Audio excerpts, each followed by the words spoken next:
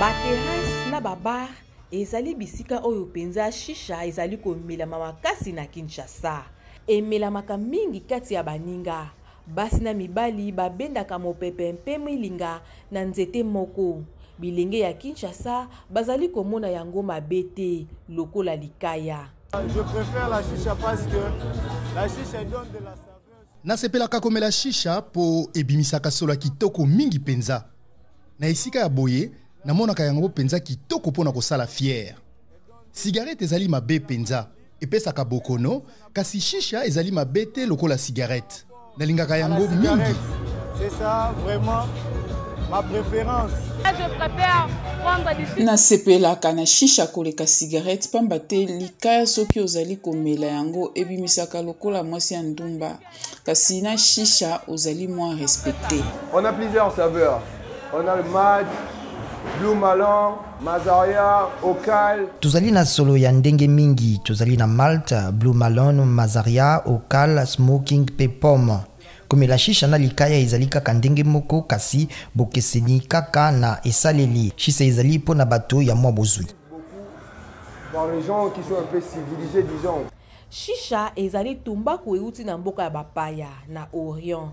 Na Afrika awa ezwi ngenge makasi epai ya bilenge mikolo oyo ya suka. Kosalela yango ezali pete. Tumbaku ya solo kitoko etiami likolo ya foyer. Ezipami na nkasa ya aluminium, likala ya libaya etiami likolo. Mwilinga elekaka na mai. Koleka na mai elakisaka ete milinga epetwami na mai.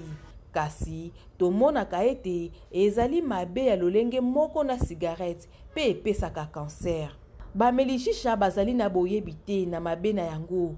Nzoka nde ezali ya solo. Soki solo nde epesaka kitoko ya tumbaku pe soki milinga epetwamaka na mai tokutaka mabe moko ya kopesa cancer na cigarette na kati. Toutes les substances toxiques qu'on y trouve dans la chicha, c'est 7 à 10 fois plus que la cigarette normale, la petite cigarette. Nous savons tous les effets nuisibles de la nicotine sur le corps humain. Ça déclenche... Mabe nyonso tokutaka na cigarette ezali 3 à 4 fois plus koleka na shisha. Toyebi biso banso mabe ya nicotine na nzoto ya moto.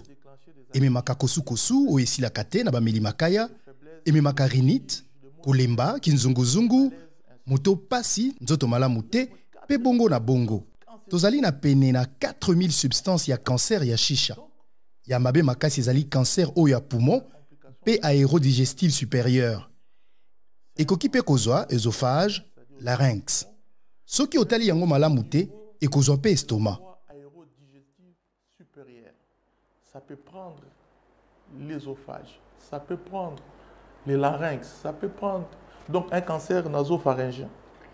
Il y a aussi le cancer de l'estomac, évidemment, même si on néglige.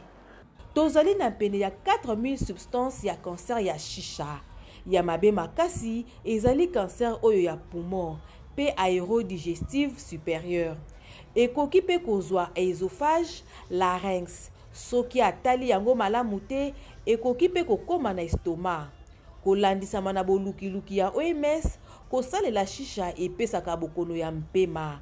Ememaka pe virus ya hépatite na herpes pe lisusu ya tuberculose.